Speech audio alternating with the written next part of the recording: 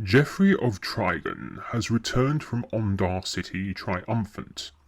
He has managed to persuade the monarch that the overseer is not needed.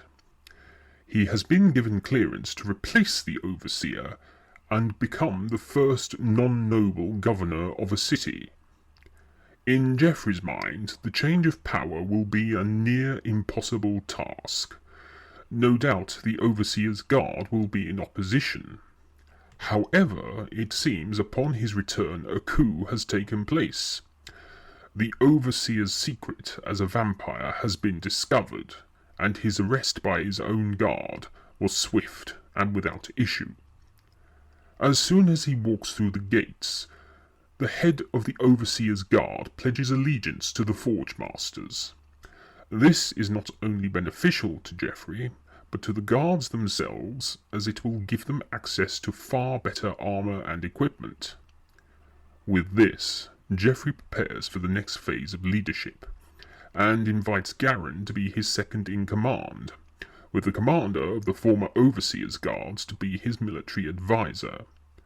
The three men meet to discuss the situation at hand. So, you're the leader of the former Overseer's Guard, are you? You don't seem like much to me. Garren. Commander Charing is one of the longest-serving officers in the Ondarian military. He has more accolades and awards than you've eaten hot dinners. It's of no matter to me, Forge Master. I shall ignore the ignorance of your colleague. I imagine he has yet to witness the harshness of battle. Very noble, I'm sure. Yes, well, we're not here to discuss who has what in the way of accolades.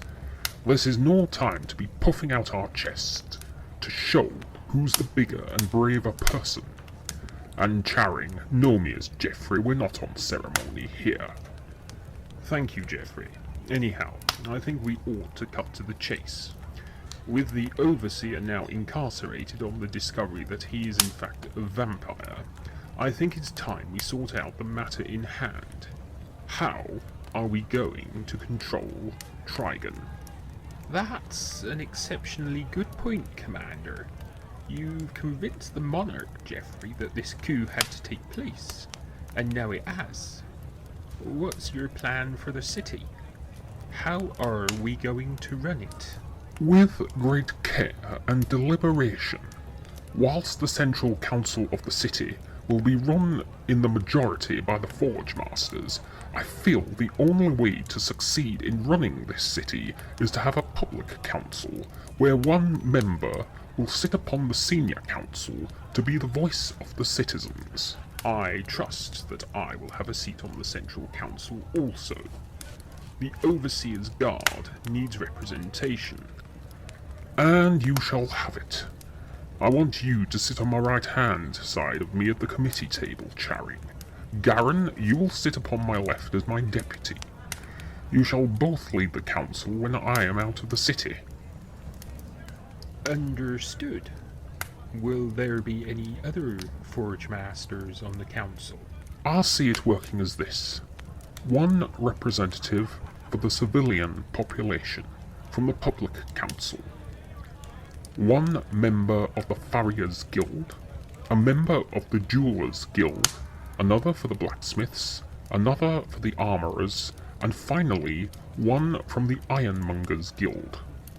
Let's see, that's two of us representing the Forge Masters, plus Commander Charing representing the military, and then 9 representatives in total. Although, as you are the new city leader, Geoffrey, I think someone should step up from the Forge Masters to represent you. It would look biased if you were to represent your own people. He's right, you know. We need someone who is able to speak up for us, but actually listens to the other council members. Someone we can trust, but knows to speak openly and honestly about matters. Then there's only one Forge Master fit for the job. There is? Who? Forge Master Liana Fitzwilliam. Ah, but would she agree though? She doesn't exactly hold with positions of authority. She will agree if she knows this council has been set up to better the future of Trigen. We need all the voices to speak as one when we meet, so that we can agree on any situation which arises. Especially with the threat of war on the horizon. The news from the desert realm is bleak. Under interrogation, the former overseer of this city has advised us that Lord Volkov is searching for the crown of the Tyrant King. He wants it for himself. That's awfully bad indeed, Charing. Anything else? We have learnt that he has made a deal with the Sklade, who are to become part of his army, and he is working towards forging an alliance with the dragons in the Firelands. I just hope Eleanor gains enough support for her new group to combat the vampires head on. When I met with her in Ondar City, she was incredibly concerned.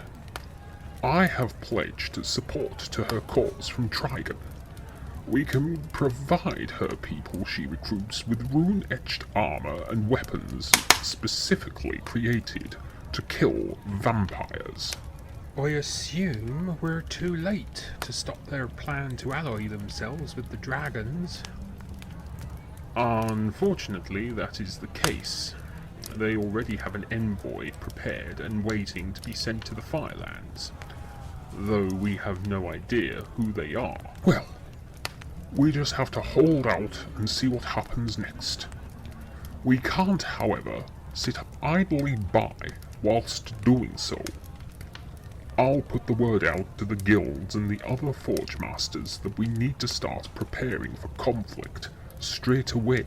In other news, however, I have heard tell of a new unit of dragon hunters being trained in the forest realm. Is that so? Dragon hunters haven't been seen for centuries.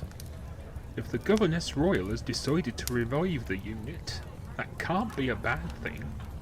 But it does confirm the threat of the dragons are very, very real.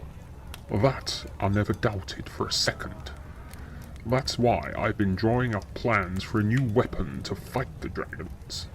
Should this new unit of hunters need the extra help?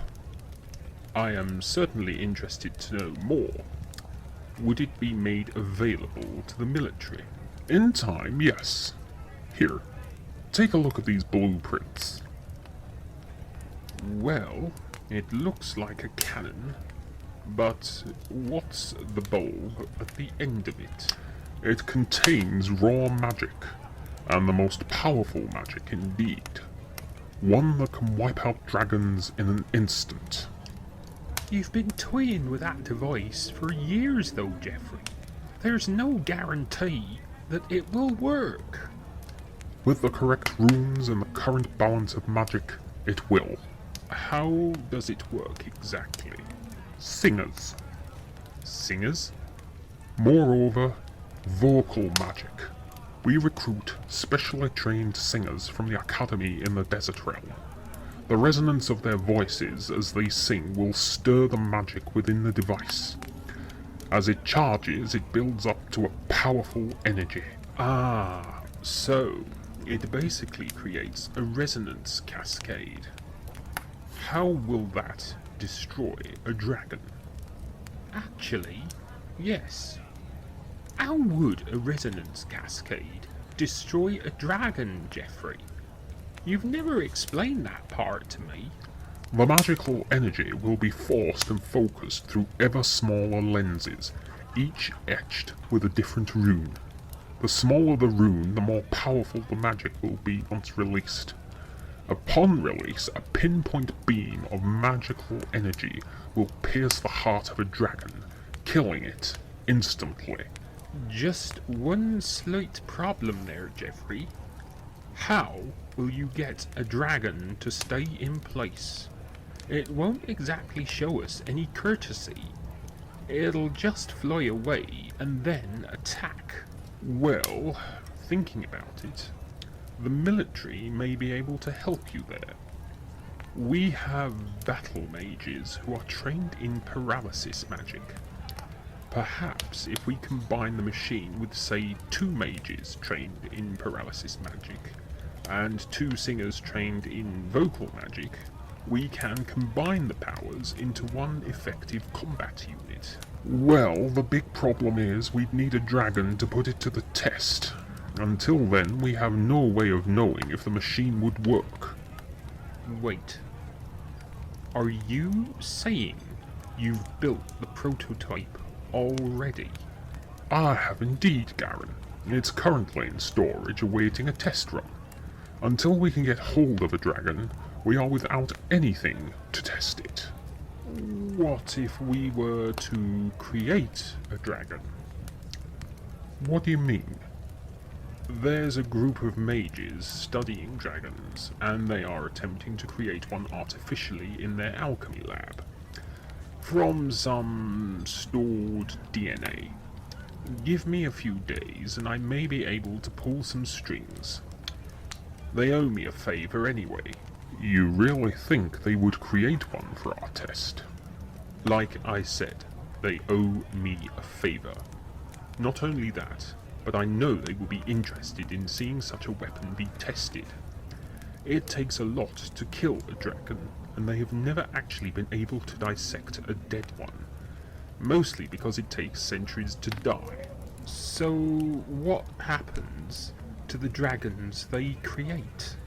They're all locked away in an alternate pocket reality. It's accessed via a cave beneath the monarch's palace. If the dragons of the Firelands do invade and discover this cave, we need to be ready, because let me tell you something.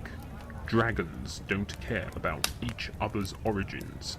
A dragon is still a dragon in their eyes, and they will release them from the extra dimension in order to bolster their numbers. Then it's agreed.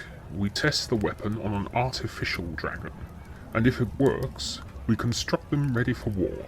If it doesn't work, we start again and build something that does. Garren, go and find the 2 best singers in Trigen. Charing, bring me your 2 best combat mages.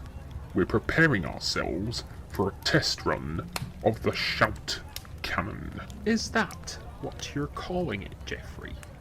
Doesn't sound very dramatic to me. Perhaps once it's tested, you could come up with a better name for it. Ah, maybe you're right, Garren. It's not the greatest name for a weapon.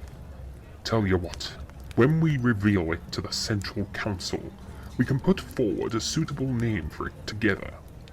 For now, however, gather the others, and let's get this thing tested.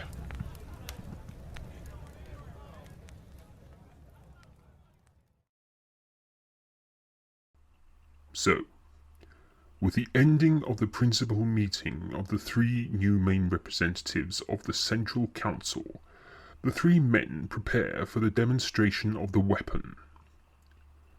The threat of war looms over the Ondarian monarchy and its provinces.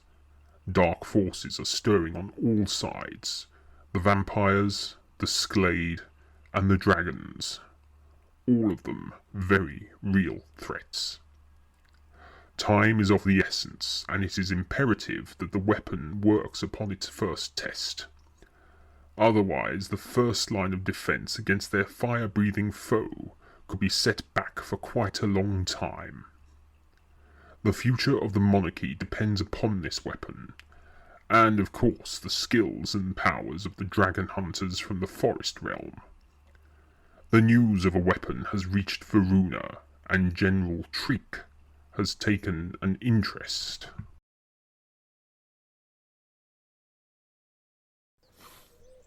Ah, Colonel Varn, good to see you.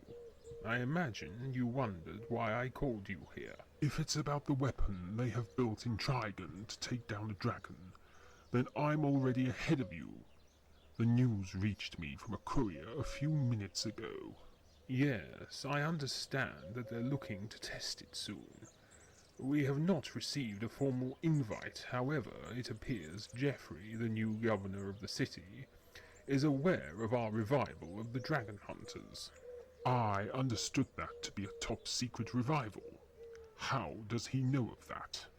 Allegedly, he and Lady Estrella got talking in Ondar City when they were both there to see the Crown Princess. He let slip, albeit in confidence, that he was developing such a weapon. She informed him of the Dragon Hunters. I had assumed that she had informed him of the revival. I take it then he's agreed to sharing the knowledge of this new weapon he's constructed with her. He has, I assume, somehow managed to find a dragon to test it on. I honestly don't know how it will work, or how he will succeed in getting a dragon to stay in place.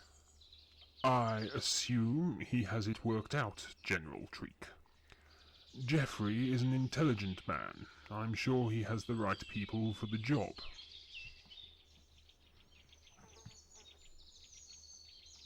Thank you, Messenger.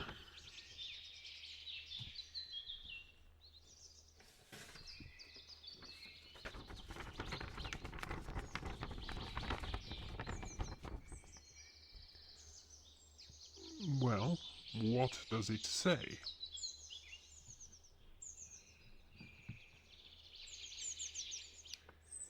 It's exactly what we were waiting for. It's a formal invite to the testing of the weapon. It appears Lady Estrella has received an invite also. So, Geoffrey is serious about this weapon then? I shall be most interested to see how it works. If it is functional, not to mention successful, I think we should put in an order for our own military. After all, the Dragon Hunters can't be in multiple places at the same time. They work as a team, after all. I agree with you, Varn. This could be a new strength in our arsenal against the dragon threat. For now, you are dismissed. Attend to your duties, and report back to me once I have made the final arrangements with the Governess Royal.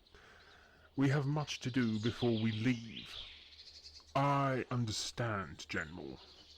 I shall wait for your instructions. We shall meet again. Good.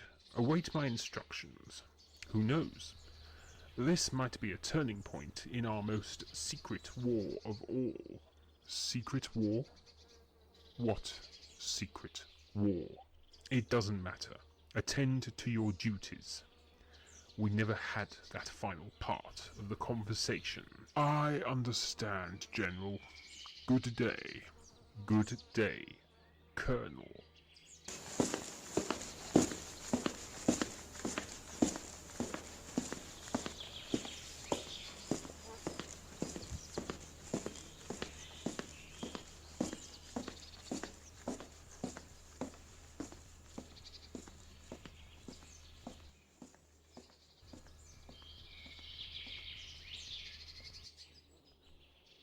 Fool. When we have our hands on the weapons, we will be able to reverse engineer one of them and work out their secrets. Then, and only then, can we build them to our own design. Once the Tyrant King is defeated, we can finally start our own conflict. The liberation of the Forest Realm. The Ondarian monarchy won't know what hit it. If Estrella knew of this plan, of course, she would be most horrified.